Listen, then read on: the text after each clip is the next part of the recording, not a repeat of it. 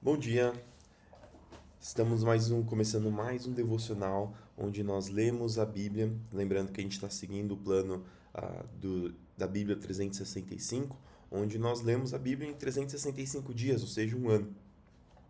Cada dia a gente lê um pouquinho do Antigo, do Novo Testamento, Salmos e Provérbios. Vamos começar esse devocional com uma oração. Senhor, obrigado por esse dia, obrigado porque o Senhor é bom, obrigado por ter nos abençoado e dado mais essa oportunidade de aprender mais de Ti. Continua conosco, abençoa para que as palavras se iluminem em nossos olhos, para que nós possamos reconhecer aquilo que o Senhor quer para as nossas vidas e para que essas palavras venham encontrar terreno fértil em nossos corações e nossas mentes. Isso que eu te peço e te agradeço, em nome de Jesus. Amém. E deixa eu me colocar aqui. E nós vamos começar aqui em Gênesis 32:13 até o 34:31. Lembrando que nós estávamos vendo a história de Jacó, quando Jacó estava voltando para a terra do pai dele e Esaú estava indo a encontrar ele. Aí ele teve a estratégia de dividir os dois, o rebanho dele em dois. Então, diz assim: Jacó passou a noite ali. Depois escolheu entre seus bens os seguintes presentes para seu irmão Esaú: 200 cabras, 20 bodes, 200 ovelhas, 20 carneiros, 30 fêmeas de camelo com seus filhotes, 40 vacas, 10 touros, 20 jumentas e 10 jumentos. Dividiu esses animais em rebanhos, entregou cada rebanho a um servo e lhe disse: Vão à minha frente com os animais, mas mantenham certa distância entre os rebanhos. Aos homens encarregados do primeiro grupo deu as seguintes instruções: Quando meu irmão Esaú se encontrar com vocês, ele perguntará: De quem são servos? Para onde vão? Quem é o dono destes animais? Respondam: Ele pertencem ao seu servo Jacó, mas são um presente para Esaú, o senhor dele. Veja, ele está vindo atrás de nós. Jacó deu a mesma instrução aos encarregados do segundo e do terceiro grupo, e a todos que seguiam os rebanhos. Digam a mesma coisa a Esaú quando o encontrarem, e não se esqueçam de acrescentar: Veja, seu servo Jacó está vindo atrás de nós. Eu imagino que fosse alguma estratégia de Jacó para ir aplacando a fúria de Esaú caso ele estivesse ainda furioso, que é o que parecia, acho que na mente de Jacó, o que parecia estar acontecendo. Já Esaú estava indo se encontrar com ele com 400 homens, então imagino que ele vai, manda um presentinho, isso aqui é um presente para Esaú, o seu servo Jacó está vindo atrás. Esse aqui é um outro presente, o seu servo Jacó está indo atrás. Acho que de modo que talvez reforçando que Jacó estava se colocando embaixo de Esaú, apesar da bênção que ele recebeu do pai Isaac, dizendo que Esaú iria servir a Jacó, mas ele vai utilizando essa estratégia, talvez para aplacar a fúria de Esaú, que é o que o verso seguinte vai dizer. Jacó pensou: tentarei apaziguá-lo com os presentes que estou enviando à minha frente. Quando vir, quem sabe ele me receberá amistosamente. Assim os presentes foram enviados à frente, enquanto Jacó passou aquela noite no acampamento. Durante a noite, Jacó se levantou, tomou suas 2 mulheres, suas 2 servas e seus 11 filhos, e atravessou com eles o rio Jaboque. Opa. Depois de levá-los para outra margem, fez passar todos os seus bens. Com isso, Jacó ficou sozinho no acampamento. Veio um homem que lutou com ele até o amanhecer. Quando o homem viu que não poderia vencer, tocou a articulação do quadril de Jacó e a deslocou. O homem disse: Deixe-me ir, pois está amanhecendo. Jacó, porém, respondeu: Não o deixarei ir enquanto não me abençoar. Qual o seu nome? Perguntou o homem. Jacó, respondeu ele. O homem disse: Seu nome não será mais Jacó, de agora em diante você se chamará Israel, pois lutou com Deus e com os homens e venceu. Por favor, diga-me qual é o seu nome, disse Jacó. Por que quer saber meu nome? Replicou o homem, e abençoou Jacó ali. Jacó chamou aquele lugar de Peniel, pois disse: Vi Deus face a face, e no entanto minha vida foi poupada. O sol estava nascendo quando Jacó partiu de Peniel, mancando por causa do quadril deslocado. Até hoje, o povo de Israel não come tendão perto da articulação do quadril, por causa do que aconteceu naquela noite em que o homem feriu o tendão do quadril de Jacó. Jacó levantou os olhos e viu Esaú aproximando-se com seus 400 homens. Assim, dividiu os filhos entre Lia e Raquel e as duas servas. Colocou as servas e os filhos dela à frente, Lia e seus filhos em seguida, e Raquel e José por último. Jacó passou à frente e, ao aproximar-se de seu irmão, curvou-se até o chão 7 vezes. Esaú correu ao encontro de Jacó e o abraçou. Pôs o braço em volta do pescoço do irmão e o beijou. E os dois choraram. Então Esaú viu as mulheres e as crianças e perguntou: Quem são essas pessoas que estão com você? Jacó respondeu: São os filhos que Deus, em sua bondade, concedeu a seu servo. As servas e seus filhos se aproximaram e se curvaram diante de Esaú. Em seguida, Lia e seus filhos vieram e se curvaram diante dele. Por fim, José e Raquel se aproximaram e se curvaram diante dele. E o que eram todos aqueles rebanhos que encontrei no caminho? Perguntou Esaú. Jacó respondeu: São presentes, meu senhor, para garantir sua amizade. Meu irmão, já tenho muitos bens, disse Esaú. Guarda para você o que é seu. Mas Jacó insistiu: Não, se obtive favor, peço que aceite meu presente. E que alívio é ver seu sorriso amigável. É como ver a face de Deus. Por favor, aceite o presente que lhe trouxe, pois Deus tem sido muito bondoso comigo. Tenho mais que o suficiente. Diante da insistência de Jacó, Esaú acabou aceitando o presente. Então Esaú disse: Vamos andando, eu o acompanharei. Jacó, porém, respondeu: Como meu senhor pode ver, algumas das crianças são bem pequenas, e os rebanhos também têm crias. Se os forçarmos demais, mesmo que por um dia, pode ser que os animais morram. Por favor, meu senhor, vá adiante do seu servo.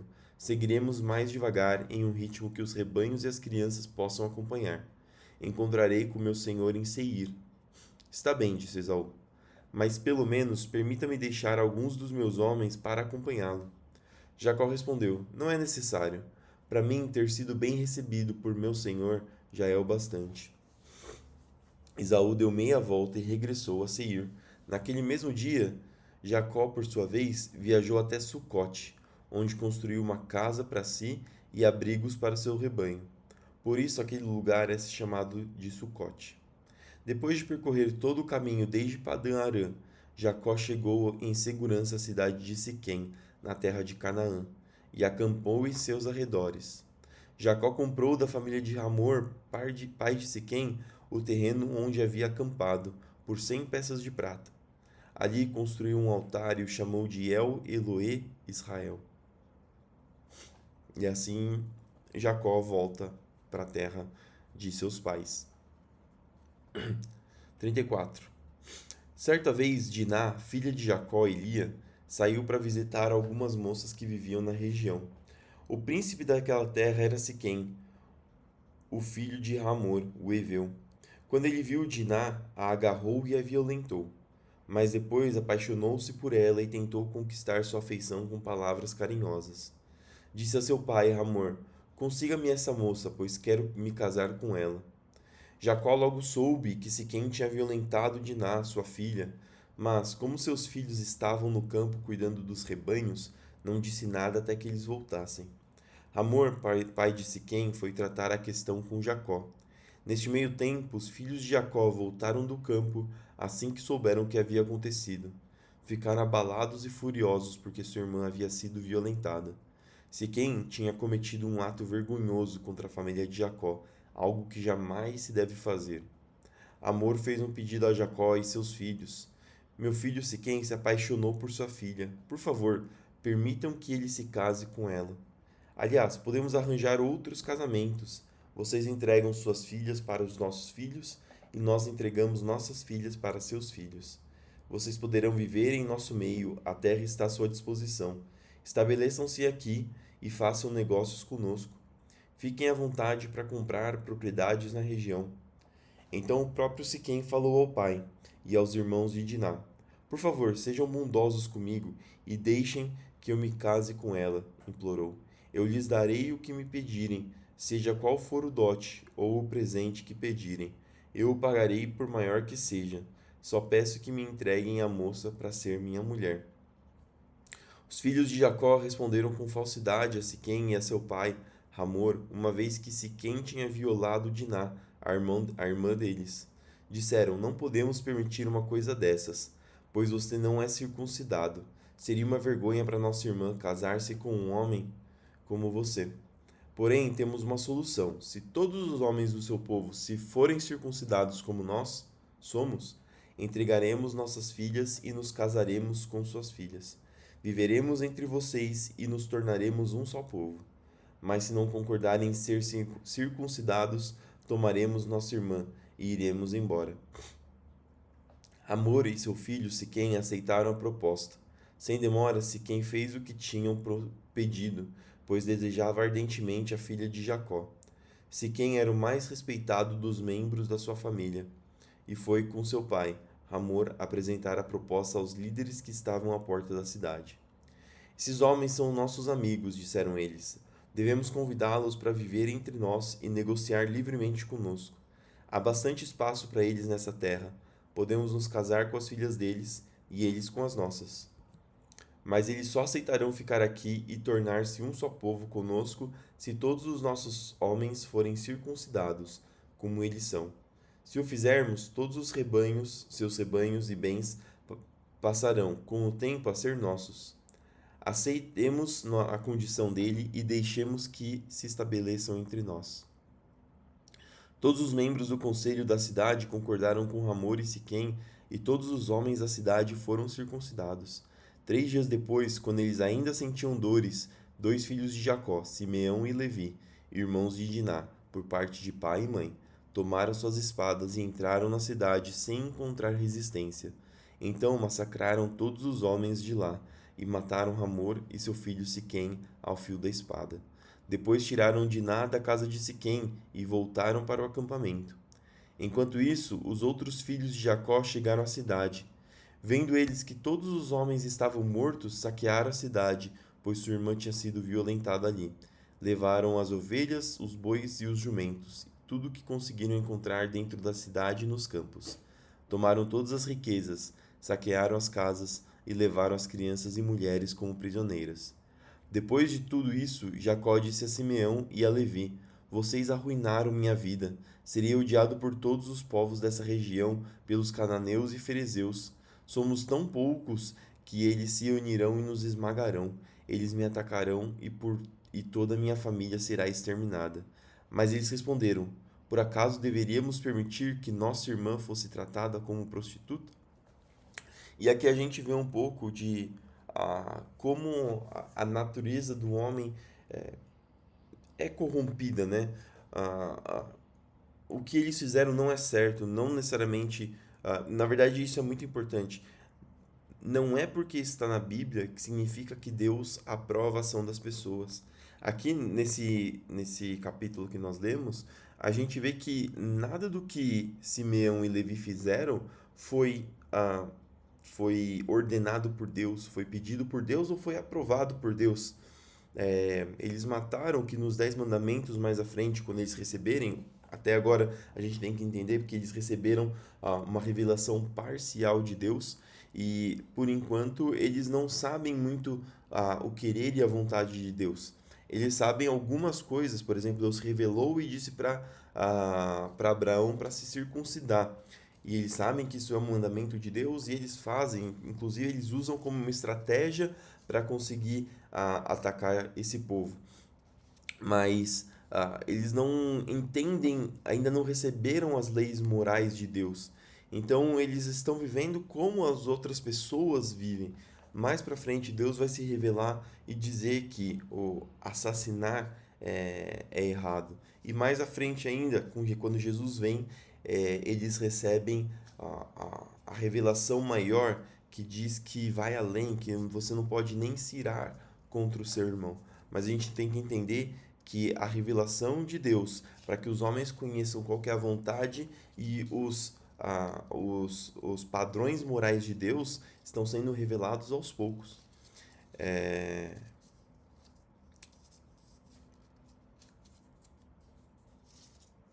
Mateus 11, 7 até o 30. Enquanto os discípulos de João saíam, Jesus começou a falar a respeito dele para as multidões.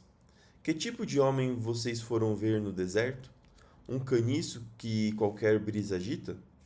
Afinal, o que esperavam ver? Um homem vestido com roupas caras? Não, que veste com roupas caras mora em palácios. Acaso procuravam um profeta? Sim, ele é mais que profeta.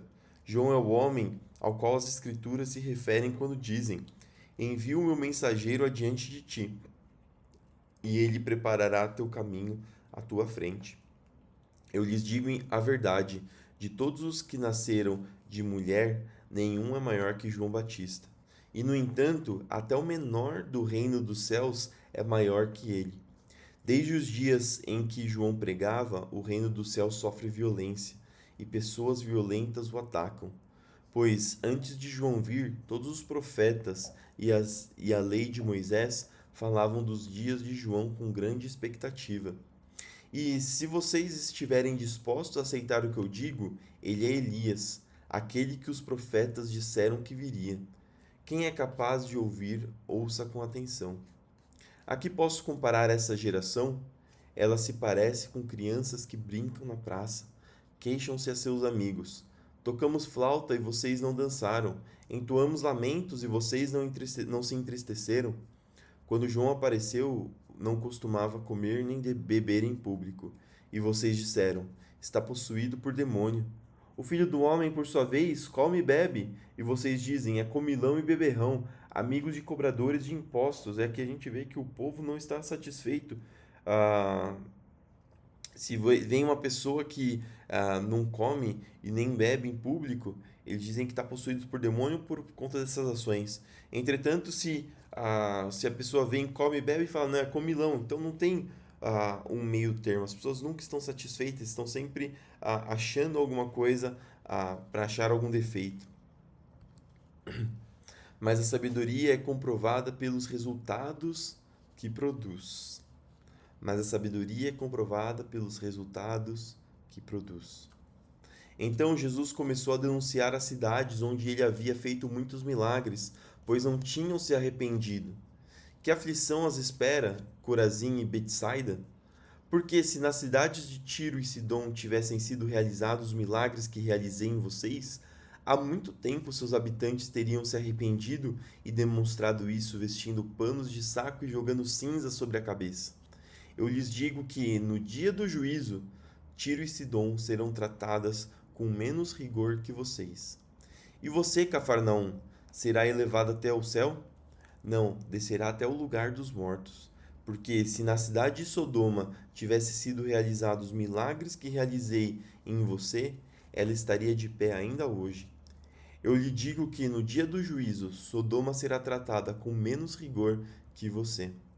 Naquela ocasião, Jesus orou da seguinte maneira: Pai, Senhor dos céus e da terra, eu te agradeço porque escondeste essas coisas dos que se consideram sábios e instruídos e as revelaste aos que são como crianças. Sim, Pai, foi do teu agrado fazê-lo assim. Meu Pai me confiou todas as coisas. Ninguém conhece verdadeiramente o Filho, a não ser o Pai, e ninguém conhece verdadeiramente o Pai, a não ser o Filho, e aqueles a quem o Filho escolhe revelá-lo. Venham a mim todos vocês que estão cansados e sobrecarregados, e eu lhes darei descanso. Tomem sobre vocês o meu jugo. Deixem que eu lhes ensine, pois sou manso e humilde de coração, e encontrarão descanso para a alma. Meu jugo é fácil de carregar, e o fardo que lhes dou é leve. Salmos 14, do 1 ao 7. Ao regente do coral, Salmos de Davi. Os tolos dizem em seu coração: não há Deus. São corruptos e praticam o mal, nenhum deles faz o bem. O Senhor olha dos céus para toda a humanidade, para ver se alguém é sábio, se alguém busca Deus. Todos, porém, se desviaram, todos se corromperam, ninguém faz o bem, nenhum sequer E aqui é um versículo interessante que diz que não existe uma pessoa boa, não existe alguém que seja bom o suficiente para Deus. Diz que todos se corromperam de alguma forma. Algumas pessoas dizem que não, porque eu não vou na igreja, mas eu sou bom. Eu não sou um cristão, mas eu sou bom. Pela ótica do cristianismo, todos se corromperam, todos estão afastados, todos estão longe do padrão que o Senhor tem como bom. Por isso que nós precisamos de Jesus, por isso que nós precisamos do sacrifício que nos purifica da nossa corrupção. Verso 4. Acaso os que praticam o mal jamais aprenderão? Devoram meu povo como se fosse pão, e nem pensam em orar ao Senhor. Grande terror se apoderará deles, pois Deus está com os que lhe obedecem. Os perversos frustraram os planos dos oprimidos, mas o Senhor protegerá o seu povo. Quem virá do monte Sião para salvar Israel? Quando o Senhor restaurar seu povo, Jacó dará gritos de alegria e Israel exultará. E por fim, Provérbios 3, 19, 20. Por meio da sabedoria, o Senhor fundou a terra. Por meio do entendimento, estabeleceu os céus. Por seu conhecimento brotam as fontes profundas, e do céu cai orvalho durante a noite. E essa foi a palavra de hoje. Que Deus possa falar mais aos nossos corações. Foram versos até que, principalmente em Mateus, que são um pouco mais complicados, revelações de Jesus acerca que se interrelacionam com várias profecias e alguns ensinamentos. Então, se possível, você ler com calma para você absorver um pouco melhor, é interessante. E vamos fazer uma oração para terminar esse período de devocional. Senhor, obrigado por mais essa palavra. Obrigado porque o Senhor falou conosco. Continua falando aos nossos corações para que essas palavras venham a se clarificar, para que venham a se fazer entendíveis aos nossos corações. Abençoa para que nós possamos continuar caminhando e continuar, Senhor, buscando a sabedoria de Ti. Senhor, abençoa aqueles que vão trabalhar, aqueles que já voltaram, aqueles que estão em casa. Abençoa aqueles que vão estudar, aqueles que já estudaram. Abençoa para que nós possamos ter o nosso dia fazendo tudo o que nós formos fazer para a Tua glória, para glorificar o Teu nome. Nos guia e nos direciona para que nós possamos ser um reflexo da Tua luz para os povos, trazendo luz na escuridão, sendo o sal do mundo. Senhor, abençoa os que estão doentes, os que estão necessitados, para que o Senhor venha trazer a cura, tanto da carne quanto da alma. Senhor, fica conosco em mais esse dia e continua sempre conosco. Isso que eu te peço e te agradeço. Em nome de Jesus. Amém. Amém. Que você tenha um bom dia, seja de trabalho, seja de descanso, e nos vemos novamente amanhã para mais um devocional. Fiquem com Deus.